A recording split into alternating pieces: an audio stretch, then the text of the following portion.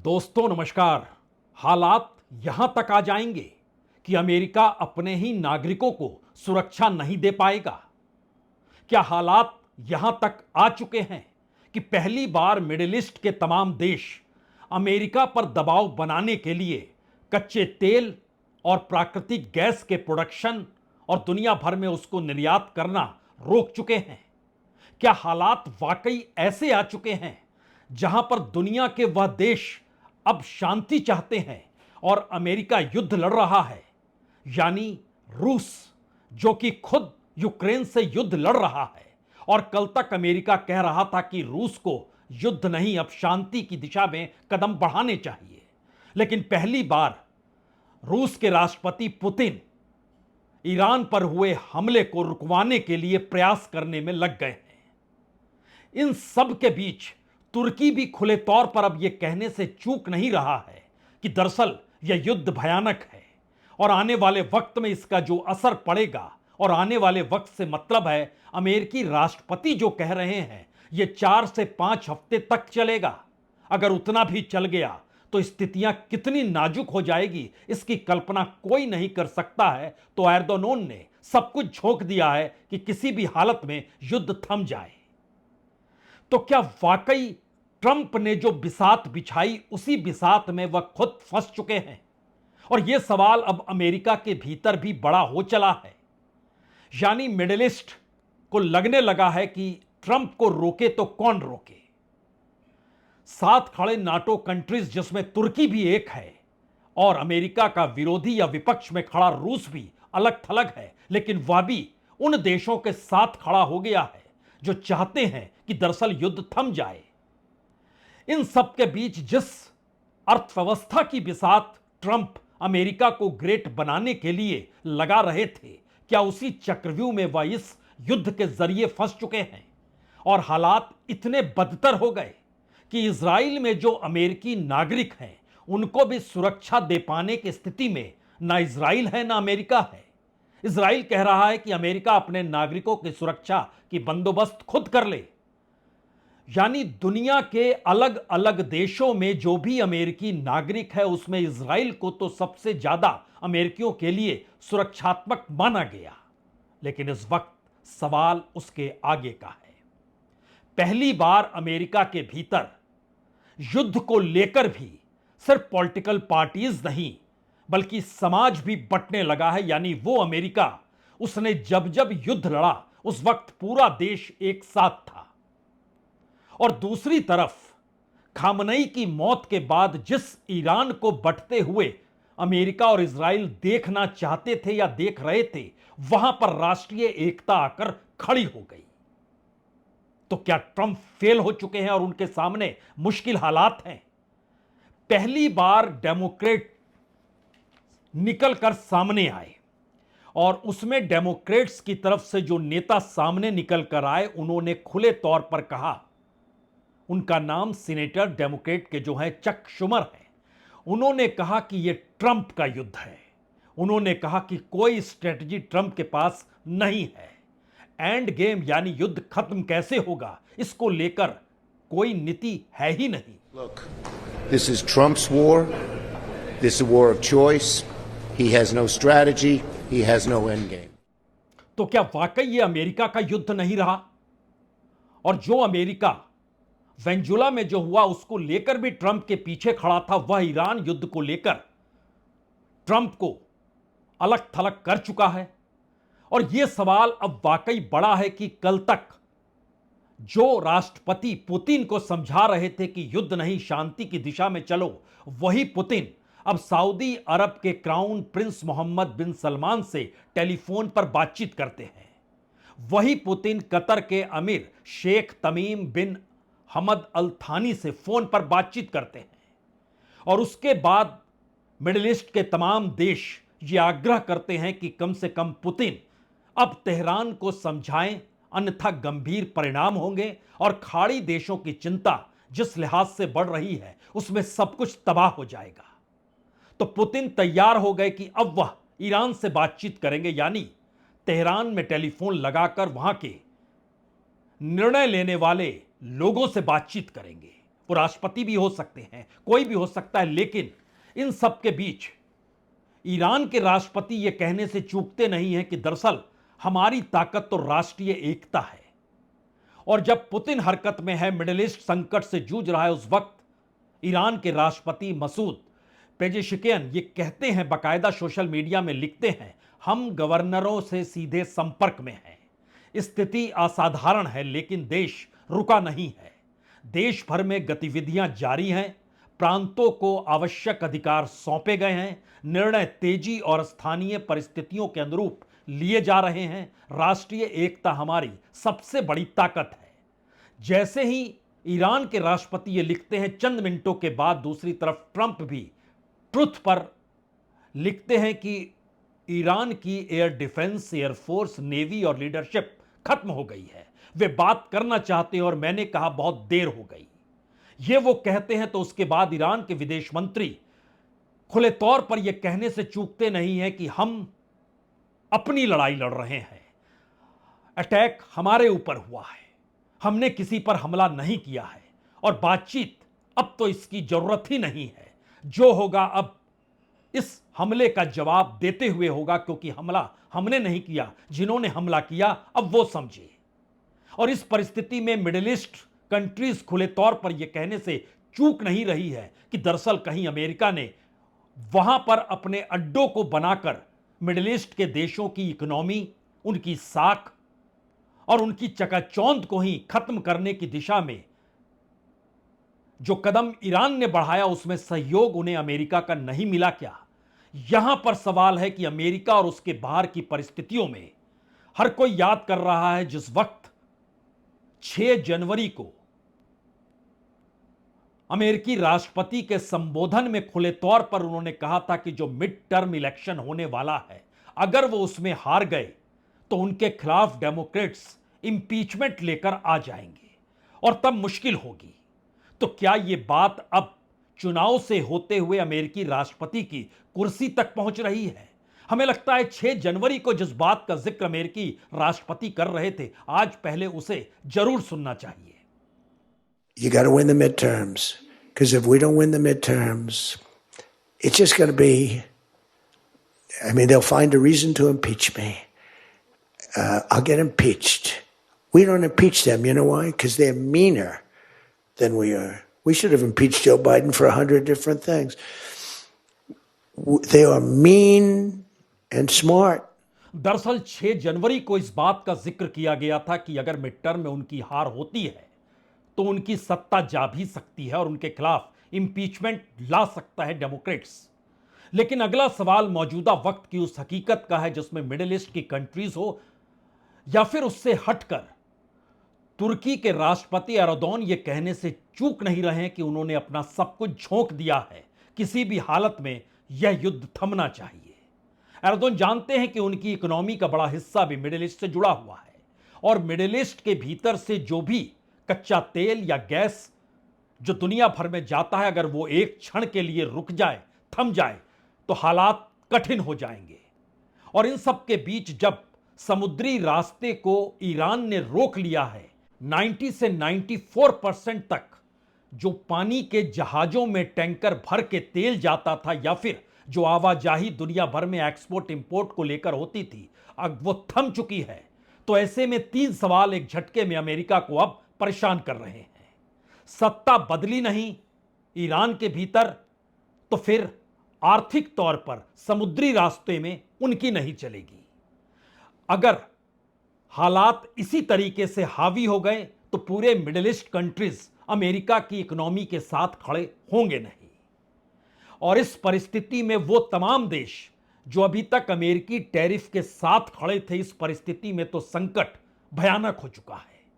और इस संदर्भ में अगर भारत को भी परखें तो यह भी समझिए कि भारत के भीतर इस वक्त तेल सिर्फ 25 दिनों का है, जो सामान्य तौर पर भारत ने तेल को कहां रखा जाए इसकी कोई व्यवस्था पुख्ता तौर पे की भी नहीं है। और जो जानकारी है उसमें कच्चे तेल रखने की क्षमता यूं भी भारत में सिर्फ 8 हफ्ते की है, जबकि चीन के पास भी कच्चा तेल नहीं है। वह भी तेल आयात करता है, लेकिन उसकी यहां की कैपेसिटी भारत से कई गुना ज्यादा है। यानी संकट काल में वह अपने देश को चला सकता है, लेकिन भारत के पास सिर्फ 25 दिनों का तेल बचा है। और इन सब के बीच इंडस्ट्री को दिए जाने वाला जो प्राकृतिक गैस है उसमें कमी कर दी गई है, 10 से 30% तक की कमी की गई है। जो इंडस्ट्रीज को जो एलएनजी दिया जाता है, और खास तौर से जो Abu Dhabi national oil company है, कात्री एलएनजी है, वहां से जो तेल लिया जाता है भारत की तरफ से, जो एलएनजी का इंपोर्टर पेट्रोनेट है, उसने भी कंफर्म किया कि हां, अब सप्लाई कम हो गई है और यह सप्लाई जो है धीरे धीरे और कम हो सकती है। दूसरी तरफ सुपर टैंकर जो सफर करते हैं तेल को लेकर या फिर माल की आवाजाही करते हैं, उसमें 40% का इजाफा हो गया है। यानी उसको घूम कर जाना होगा, तो जो लॉजिस्टिक है वो तकरीबन 30 से 40% तक, क्योंकि 10 से 15 दिन का अगर ट्रांजिट टाइम लग रहा है तो इससे पूरा खर्चा बढ़ते चला जा रहा है। वेंजुला ने अभी तेल निकालना उस रूप में शुरू हुआ नहीं है, वहां कोई कंपनी आई नहीं है। अमेरिका पूरे मिडिल ईस्ट से होने वाले तेल या प्राकृतिक गैस की भरपाई अपने तौर पर कर नहीं सकता है, करेगा भी तो वो पाइपलाइन और वो रास्ते बंद हैं। इस स्थिति में यूरोपीय यूनियन के साथ भी जो भारत के समझौते हैं उसमें भी वो कॉस्टली हो गए हैं, शिपमेंट कॉस्टली हो गया है, लंबा रूट पकड़ना पड़ रहा है, और जो फ्राइट जो कीमत होती है भाड़े की उसमें लगभग 40 से 50% इसलिए हो गया है क्योंकि जो ट्रांजिट टाइम है वो 10 से 20 दिन का लगने लगा है। स्थितियां कितनी नाजुक हो चुकी है अगर भारत के संदर्भ में भी समझें, तो महाराष्ट्र से लेकर नॉर्थ यूरोप तक जाने वाला जो माल था वो पहले लगभग 1200 से 1850 यानी $1200 टू $1850 पर कंटेनर लगता था, जो अब बढ़कर $2500 मिनिमम हो चुका है, यानी 50% का रेज उसमें भी है। उसकी सबसे बड़ी वजह डायवर्जन है, लगभग 10,000 टू 15,000 नॉटिकल माइल्स उसको ज्यादा घूमना पड़ता है। असर भयानक पड़ा है, मेडिकल टूरिज्म पर पड़ा है, फार्मा ट्रेड पर पड़ा है, और इस परिस्थिति में तेल मंत्रालय के सामने अब यह संकट है कि 25 दिनों के बाद क्या होगा। तो तेल मंत्रालय एमईए से कह रहा है, आप अमेरिका से पूछिए क्या हम रशिया से तेल ले लें। यानी ऐसी परिस्थिति कभी नहीं थी। जो टैरिफ वार था वो सामान्य तौर पर युद्ध से ज्यादा मुश्किल हालात को दुनिया के सामने पैदा कर गया, और अब जो युद्ध के हालात है जिसमें अमेरिका खुद कूद चुका है, वो स्थिति और ज्यादा नाजुक होती चली जा रही है। शायद इसीलिए अगला सवाल यह भी है कि भारत जैसे देश में जो तेल खरीदा जाता है, हर दिन 5.5 million barrel crude oil Bharat में आता है, जो कि उसमें से 1.5 से 2 मिलियन बैरल पर डे जो था वो होमरूज से आता था, जो स्ट्रेट ऑफ होमरूज है, जिसको ईरान ने चेक कर दिया है। अब सवाल यह है कि अगर $1 की कीमत बढ़ती है तो एक साल में भारत के ऊपर जो इंपोर्ट बिल है वह 16,000 करोड़ रुपए बढ़ जाता है, और अभी कीमत बढ़ चुकी है, वो 84 डॉलर पर बैरल तक पहुंच चुकी है, जो माना जा रहा है कि अगले 24-48 घंटों में अगर यह युद्ध जारी रहा और परिस्थितियां ऐसी रही तो $100 प्रति बैरल तक हो जाएगा। यानी इकोनॉमी पूरी डगमगाएगी, और दुनिया भर के भीतर जो नेचुरल गैस चाहिए फर्टिलाइजर को लेकर, अब उसमें भी कटौती करनी पड़ रही है। तो यानी फर्टिलाइजर सब्सिडी का बिल भारत जैसे देश में अगर बढ़ रहा है तो इसके ठीक समानांतर दुनिया भर के जो भी एक्सपोर्ट इंपोर्ट होते थे, अगर भारत के संदर्भ में कहें तो 45% एमएसएमई का एक्सपोर्ट है, जिस पर भयानक असर पड़ा है, और सिर्फ 4-5 दिनों में लगभग 8,500 करोड़ का एक्सपोर्ट पर सीधा असर पड़ा है, जो कि 13% है। अगर आप नॉन ऑयल एक्सपोर्ट के हिसाब से समझे तो यह 13% का उससे हटकर असर पड़ चुका है। दुनिया के हर देश के सामने यह संकट है। तब अगला सवाल गंभीर इसलिए है कि जरा तस्वीर देखिए मिडिल ईस्ट की, जो भयावह है।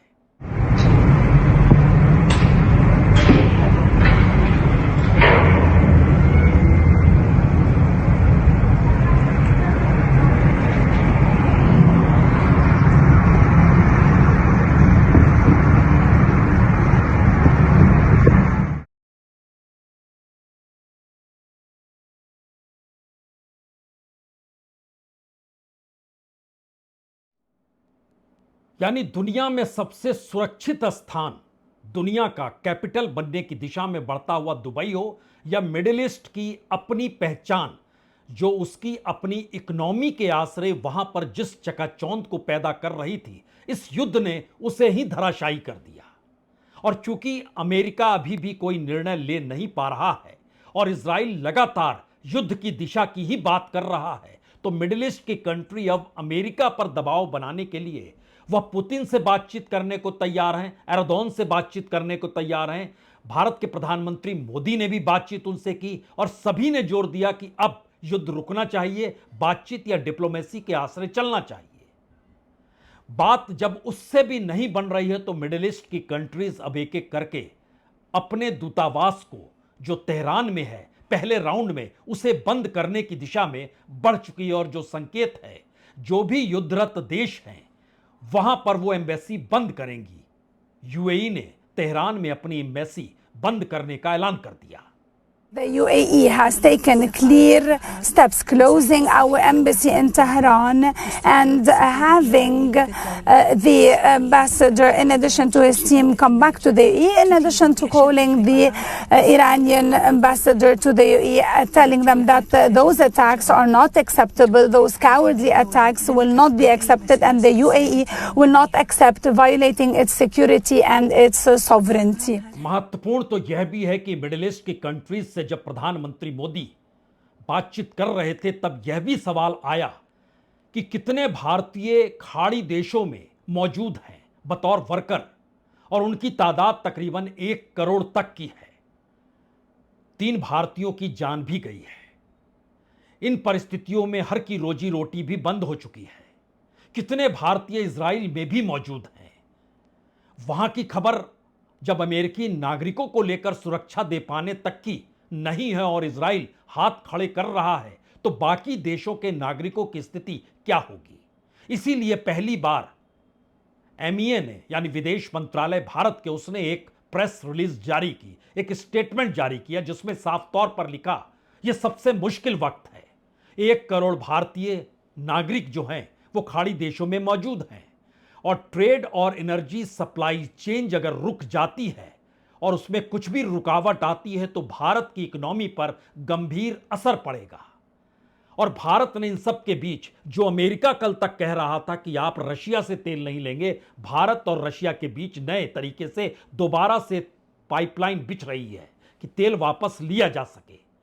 यानी पूरी स्ट्रेटजी जो ट्रंप की थी, जो ट्रेड वार से शुरू हुई थी, ईरान पर किए गए हमले के बाद वो ना सिर्फ बिखर चुकी है, पहली बार संकट अमेरिका के भीतर इस तर्ज पर आ गया कि न्यूयॉर्क में ट्रंप टावर के सामने लोग निकल पड़े।